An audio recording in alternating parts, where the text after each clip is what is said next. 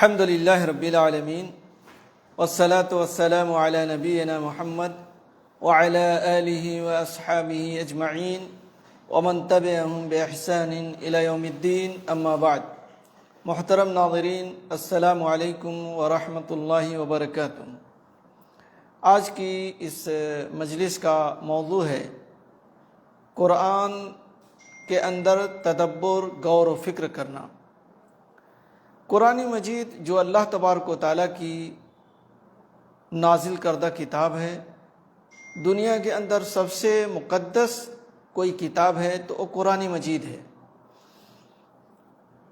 اس قرآن مجید کے پڑھنے کے کچھ آداب ہیں، طور طریقے ہیں۔ ان میں سے ایک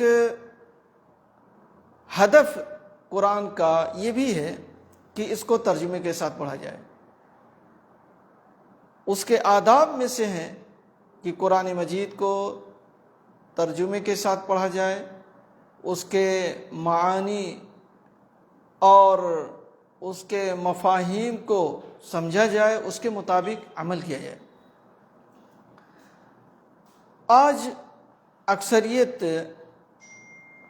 ہندو پاک کے لوگوں کی یہی ہے کہ قرآن مجید کو ایک برکت والی کتاب سمجھتے ہیں اور برکت کے لیے پڑھتے ہیں اور برکت کے لیے گھروں میں رکھتے ہیں۔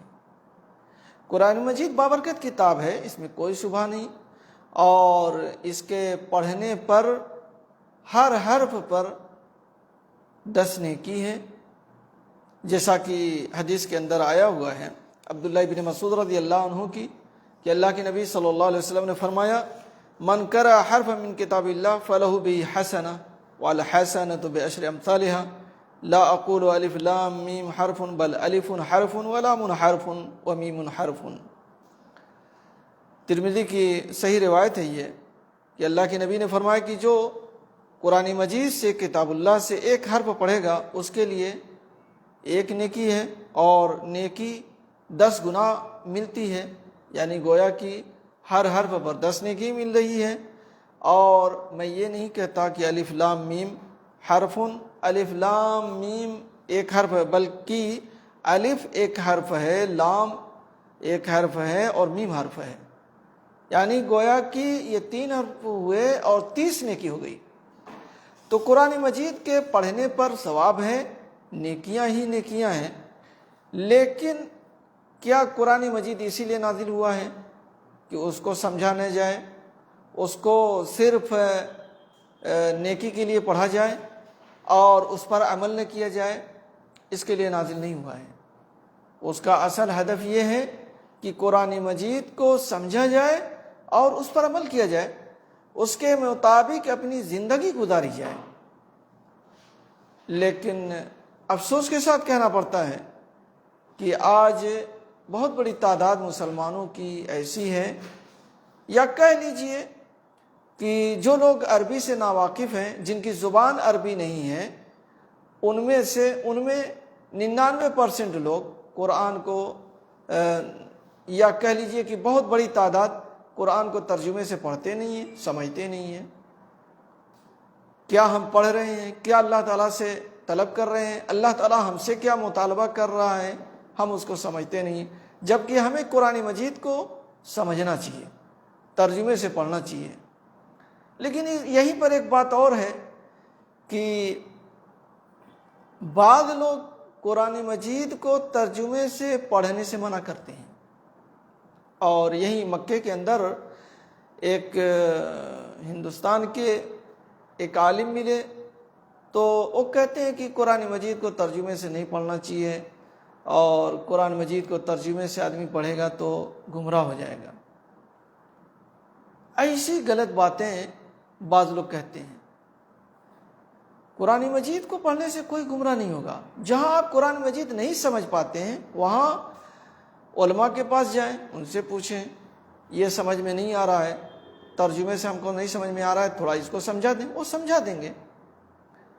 لیکن یہ کہنا کہ نہیں ترجمے سے نہیں پڑھنا چاہیے، بلکہ میں نے ان کے سامنے یہ بات رکھی کہ اگر چلیے کچھ دیر کے لیے میں مان لیتا ہوں جو آپ کہہ رہے ہیں قرآن مجید کو ترجمے سے کوئی نہ پڑھے، ہم انڈیا، پاکستان، بنگلہ دیش، نیپال، افغانستان، انڈونیشیا، ملیشیا، یہاں کے لوگوں کو منع کر دیا جائے بھائی ترجمے سے قرآن نہ پڑھو، تو جو عرب ممالک ہیں جیسے سعودی عرب ہے، کویت ہے، بحرین ہے، دبئی ہے، امارات ہے، تونس ہے، عراق ہے، یہ سب لوگ تو قرآن مجید پڑھیں گے تو اس کا بہت بڑا حصہ سمجھ لیں گے، کوئی 90% سمجھ رہا ہے، کوئی 80% سمجھ جائے گا، یعنی بہت زیادہ حصہ اس کا سمجھ جائیں گے، اس لیے کہ قرآن آسان ہے۔ تو ان کو کیسے منع کیا جائے کہ آپ قرآن کو بغیر سمجھے ہوئے پڑھیں؟ کیسے منع کیا جائے؟ ان کو تو ترجمے کی ضرورت نہیں ہے، وہ ایسے ہی سمجھ جائیں گے، اس لیے کہ ان کی زبان ہے قرآن، عربی زبان ہے۔ تو انہوں نے فوراً یہ جواب دیا، کہتے ہیں کہ اس مسئلے پر میں نے کبھی غور نہیں کیا کہ عرب کے لوگوں کو کیسے منع کیا جائے۔ میں نے کہا ابھی بتائیے، سوچ لیجئے تھوڑا سا، آپ کے پاس وقت ہے، سوچئے بتائیے۔ تو نہیں بتائے، کہا نہیں میں نے اس پر کبھی غور نہیں کیا ہے، بس انڈیا پاکستان والوں پر غور کیا ہے۔ تو ایسے لوگ بھی ہیں میرے بھائیو دوستو، اسے علماء کی باتوں میں نہیں آنا چاہیے، قرآن مجید کو پڑھنا چاہیے، ترجمے سے پڑھنا چاہیے، اور قرآن مجید کے جو تراجم لکھے گئے ہیں، ترجمے کیے گئے ہیں، اس کے معانی کے جو ترجمے بازاروں میں مل رہے ہیں، تو یہ کن کے لیے ہیں؟ یہ عام لوگوں کے لیے ہی ہیں۔ تقریباً آپ کو ہر مسلک میں ملے گا ان کا اپنا ترجمہ قرآن جو ہے ملے گا تقریباً، تو یہ عوام ہی کے لیے ہے، پھر کیسے منع کر دیتے ہیں سمجھ میں نہیں آتا۔ قرآن مجید کے اندر غور و فکر کرنے کے بارے میں خود اللہ تعالیٰ فرماتا ہے کہ قرآن مجید کے اندر فرماتا ہے افلا یتدبرون القرآن ولو کان من عند غیر اللہ لوجدوا فیہ اختلافا کثیرا، کیا یہ لوگ قرآن میں غور و فکر نہیں کرتے؟ اگر یہ اللہ کے علاوہ کسی اور کی جانب سے ہوتا تو اس میں بہت زیادہ لوگ اختلاف پاتے ہیں۔ اسی طرح سے اللہ تعالیٰ نے فرمایا ہے، یہ تو سورہ نساء کی آیت تھی، سورہ محمد کے اندر افلا یتدبرون القرآن ام علی قلوب اقفالها، کیا یہ لوگ قرآن میں غور و فکر نہیں کرتے یا ان کے دلوں پر تالے لگے ہوئے ہیں؟ ان کے دلوں پر تالے پڑ گئے ہیں، کیوں قرآن میں غور و فکر نہیں کرتے؟ تو غور و فکر کب کریں گے؟ جب آپ ترجمے سے پڑھیں گے تبھی تو۔ جب آپ کو معنی مفہوم نہیں معلوم ہوگا تو کیسے آپ جو ہے غور کریں گے؟ دوسری بات یہ ہے کہ آج کتنے لوگ ہیں جو کہتے ہیں کہ نماز پڑھتے ہیں دل لگتا ہی نہیں ہے، ہر وقت کہیں گھر پر، کبھی تجارت میں، کبھی یہاں کبھی وہاں دل چلا جاتا ہے۔ اس کا بہت بڑا سبب یہ ہے کہ ہم قرآن کو سمجھ کر کے نہیں پڑھتے۔ کم سے کم ہم جو صورتیں پڑھتے ہیں عام طور سے نمازوں میں، ان صورتوں کا معنی ہمیں معلوم ہونا چاہیے۔ اگر معنی معلوم ہو جائے تو ہم اس میں غور کریں گے اور ہمارا ذہن دوسری طرف نہیں جائے گا، دوسری طرف نہیں بھٹکے گا۔ لیکن افسوس کے ساتھ کہنا پڑتا ہے کہ آدمی کی پوری زندگی گزر جاتی ہے اور سورہ فاتحہ کا معنی نہیں جانتا۔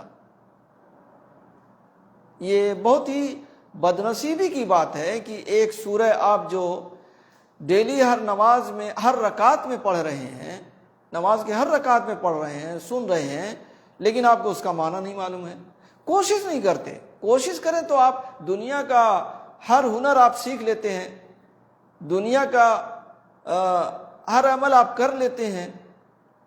کیا کوئی ہنر آپ لے کے تو پیدا نہیں ہوتے، سب یہیں پر سیکھتے ہیں۔ لیکن قرآن کے لیے آپ محنت نہیں کرتے، قرآن کے لیے وقت نہیں نکالتے، تو محنت کی ضرورت ہے میرے بھائیو دوستو، اس قرآن کو سمجھنے کی ضرورت ہے۔ اللہ تعالیٰ قرآن مجید میں فرماتا ہے کتاب انزلناہ الیک مبارک لیدبروا آیاتہ ولیتذکر اولو الالباب، سورہ 7 کی یہ آیت ہے کہ یہ مبارک کتاب ہم نے آپ کی طرف نازل کیا ہے، مبارک کتاب، کتاب انزلناہ الیک مبارک لیدبروا آیاتہ، تاکہ لوگ اس کی آیتوں میں غور و فکر کریں۔ ہم نے اس کتاب کو، اس قرآن مجید کو، اس مبارک کلام کو آپ کی طرف نازل کیا ہے تاکہ لوگ اس کی آیتوں میں غور و فکر کریں اور عقل والے اسے نصیحت حاصل کریں، نصیحت پکڑیں۔ تو اللہ تعالیٰ اسی لیے نازل کیا ہے کہ لوگ اس میں غور و فکر کریں۔ پھر کیوں لوگ غور و فکر نہیں کر رہے ہیں؟ یہ اللہ تبارک و تعالیٰ کا ایک قانون ہے، ایک میسج، ایک پیغام ہے لوگوں کے لیے۔ تو جب آپ اس کے اندر غور و فکر نہیں کریں گے،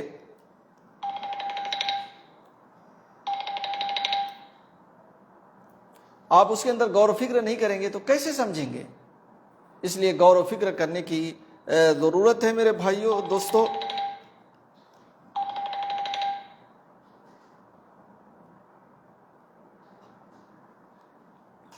اس میں غور و فکر کی ضرورت ہے، ہمیں غور و فکر کرنا چاہیے اور قرآن مجید سے غفلت نہیں برتنا چاہیے۔ اس کو ہمیں ایک عادت بنا لینا چاہیے کہ روزانہ کچھ نہ کچھ حصہ قرآن مجید کا ہم پڑھیں اور اس میں غور کریں۔ قرآن مجید کا کچھ حصہ روزانہ ہم پڑھیں اور اس میں غور و فکر کریں اور قرآن مجید کو ترجمے کے ساتھ پڑھیں۔ قرآن مجید کو ترجمے سے پڑھیں، تبھی ہم کامیاب ہوں گے، تبھی ہم اپنی زندگی قرآن کی طرح سے بنا سکیں گے۔ حضرت عائشہ رضی اللہ عنہا سے پوچھا گیا کہ نبی صلی اللہ علیہ وسلم کے اخلاق کیسے تھے؟ تو حضرت عائشہ رضی اللہ عنہا نے فرمایا کان خلقہ القرآن، کہ آپ کے اخلاق قرآن تھے، یعنی آپ قرآن پر چلتے تھے، قرآن کے مطابق اپنی زندگی گزارتے تھے۔ تو ہم اور آپ جب قرآن کو نہیں سمجھیں گے، قرآن کو نہیں پڑھیں گے تو کیسے اپنی زندگی قرآن کے مطابق کریں گے؟ آپ دیکھیے صحابہ کرام کتنی محنت کیا کرتے تھے، کتنا زیادہ قرآن پڑھا کرتے تھے۔ اور حضرت عبداللہ بن عمر رضی اللہ عنہ کے بارے میں آتا ہے کہ انہوں نے سورہ بقرہ کو جو ہے سورہ بقرہ کو سمجھنے میں، اس کے معنی مفہوم سمجھنے میں 10 سال لگا دیا۔ تو صحابہ کرام اس کے لیے محنت کرتے تھے، کوشش کرتے تھے، جدوجہد کرتے تھے، تب ان کی زندگیاں قرآن کی طرح سے تھیں۔ آج ہم اور آپ قرآن مجید کو پڑھتے نہیں ہیں۔ آج تو کہہ لیجئے کہ ایک بہت بڑا طبقہ ہے مسلمانوں کا جو قرآن کی تلاوت نہیں کرتا۔ کتنے لوگ ہیں جو رمضان میں صرف پڑھتے ہیں، اور کتنی بڑی تعداد ایسی ہے جو کبھی قرآن نہیں پڑھتے، بس وہ نماز میں جو آئے پڑھ لیے، چھوٹی چھوٹی صورتیں، بس یہی ہے، تلاوت کبھی نہیں کرتے۔ تو یہ بہت بڑی غفلت ہے۔ ہم تلاوت بھی کریں قرآن مجید کی، زیادہ سے زیادہ قرآن مجید کو پڑھیں اور اس میں ترجمے کا بھی اہتمام کریں، ترجمے سے بھی پڑھیں۔ کم سے کم ہماری زندگی میں یعنی کہہ لیجئے کہ 1 سال میں کم سے کم ترجمے سے تو ختم کر لینا ہی چاہیے۔ ہم جتنا زیادہ کر لیں وہ بہتر ہے، لیکن کم سے کم کتنے لوگ ایسے ہیں پوری زندگی میں کبھی قرآن ترجمے سے نہیں ختم کرتے، جبکہ ختم کرنا چاہیے۔ تو یہ چند باتیں تھیں قرآن میں غور و فکر کے تعلق سے۔ ہمیں اس پر اس قرآن کو پڑھنا چاہیے اور غور و فکر کرنا چاہیے، اور اللہ تعالیٰ اس کا ہمیں حکم بھی دے رہا ہے۔ اللہ تعالیٰ سے دعا ہے کہ اللہ تعالیٰ ہم تمام لوگوں کو قرآن مجید پڑھنے، تلاوت کرنے، اس میں غور و فکر کرنے اور اس کے مطابق اپنی زندگی گزارنے کی توفیق عطا فرمائے، آمین۔ وآخر دعوانا الحمد للہ رب العالمین، وصلی اللہ علی نبینا محمد وعلی آلہ واصحابہ اجمعین۔